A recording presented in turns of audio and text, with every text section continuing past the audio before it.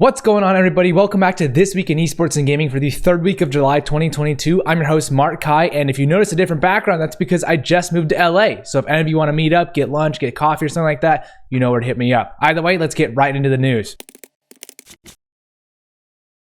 For our first top 3 story, a huge news story this week, FaZe Clan have gone public. We all know FaZe Clan went public on the NASDAQ Stock Exchange earlier this week on Wednesday. A quick recap, FaZe merged with B. Riley Principal Corporation 150 Merger Corp in a SPAC, or a special purpose acquisition company, to go public at a start price of $13.07, I believe. After the first few days of trading, they're officially down to 30%, but unofficially after hours, they're actually up above their starting price, and they're trading around $14 right now as I record this, which is a great sign for them. Overall, this deal was valued at $725 million, with lots of coverage being generated from CNBC to Robinhood to Fast Company and more. And since FaZe is expected to raise nearly $60 million from this deal, this is a huge deal for them to get this cash injection. I've seen lots of takes from different people, from people who actually bought the stock right as they IPO'd to people who are just veterans in the gaming and esports space. And I just think, honestly, it's a good thing for the gaming and esports industry in general, since there's so few large organizations like this who have gone public. We've seen others go public, but not to the same level as the pressure of FaZe on this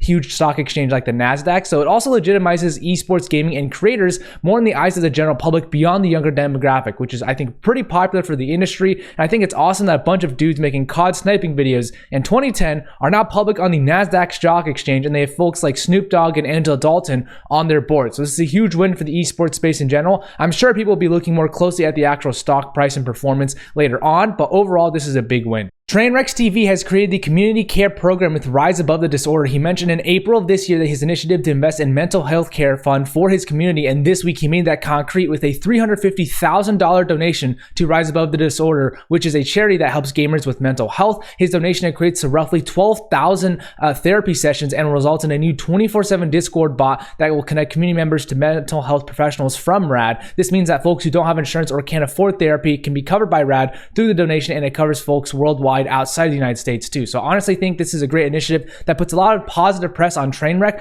We know he's been in a lot of hot water lately for his sponsored gambling streams and things like that, but the community, I think, really has a good push for him. I think this is just good for his brand overall, and so hopefully he used some of that sponsored money, I believe, and actually put it towards RAD. So with so many streamers praising his actions, I think it sets a positive precedent for creators and the industry in general moving forward to really band together and push for good initiatives for the community, right? This is why I love the creator space and working with creators ultimately.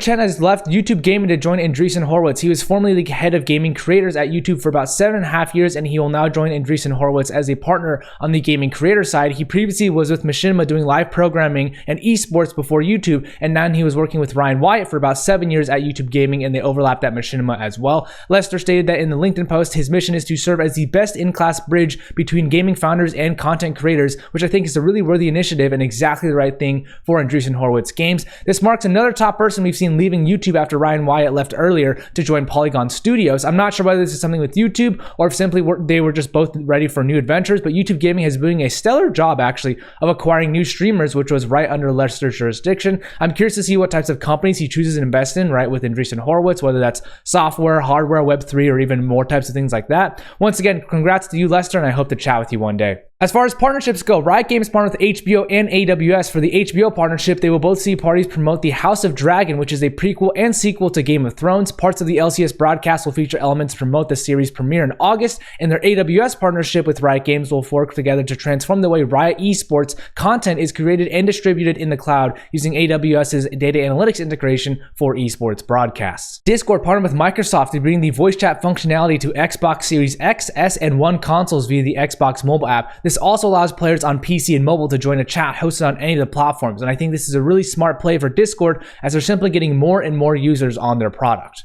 G2 Esports have partnered with Herman Miller, who will be providing G2 with new chairs, tables, and monitor arms, along with product development feedback from G2 staff and players. This is a big win for G2 since Herman Miller makes really top-notch products. Karlie Kloss has partnered with Roblox. She created 5 pop-up shops that are running inside the game until July 25th and wanted the showcase to be about creativity and affordable virtual fashion. She's previously stated how fashion and game designers are similar in regard to their creativity and entrepreneurship, which I think is pretty cool. As far as finance and M&A goes, XApp raised a $15 million Series A. This will be used to invest in new executive talent, marketing, and content creation, and the round was led by Light World Worldwide, Alpha Sigma Capital, Concept Art House, and GuildFi. Late Studios closed their pre-seed round. They will operate in the hyper-casual market, but focus primarily on their game Crit Wheel, which is a battle royale racing game featuring AR tech. The CEO, 𝗠𝗿𝗸, is very young, which is very impressive for what he's doing, so congrats to you and your team, 𝗠𝗿𝗸. Netcom raised an $8 million Series A for a US studio. The round was led by Galaxy Interactive, and Ryan Yu will be joining Netcom's board of directors. They are most known for making Dying 1883 and Dying Reborn, so they will now expand to the United States and appoint Kimmy Lee as the CEO of Netcom USA. EvaGG raised $5.1 million.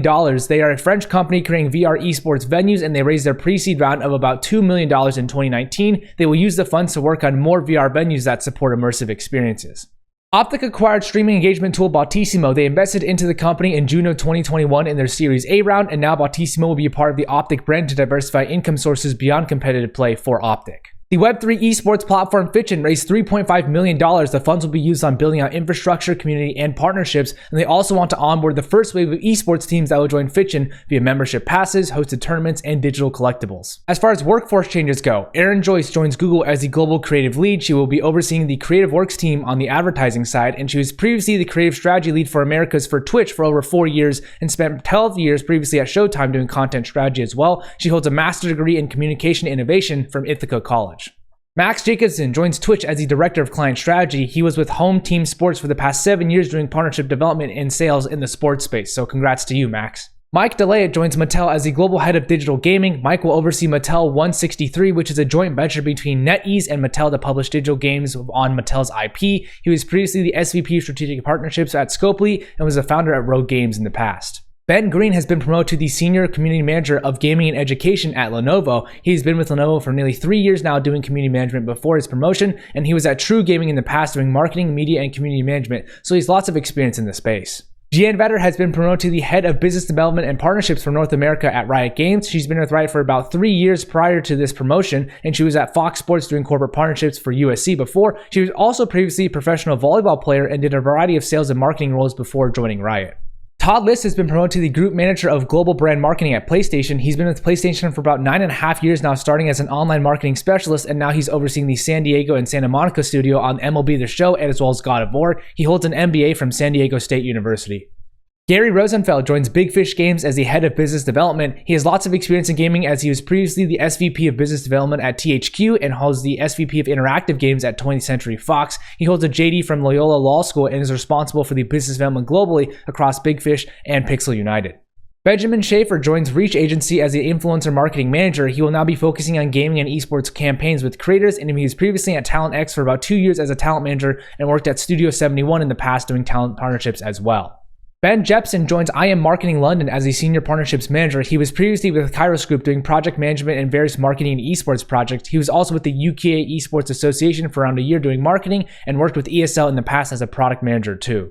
As far as new stuff goes, Twitch launched a new ban tool for streamers. This tool allows streamers to share and ban users across multiple communities who mutually follow one another. This is pretty smart because it means that a bad user is marked in other streams in case they act up, which once again makes the experience better for other chatters and the streamer alike. That's it for this week in esports and gaming. Thank you so much for tuning in. Credit to the publications and authors themselves for the images and press releases provided. Shout out once again to James Fudge and AFK Gaming for the People on the Move newsletter, where I get a good chunk of my workforce change news from. If you're interested in the deeper dives on that, I would recommend you check the comment link down below. And as always, everybody, have a great day.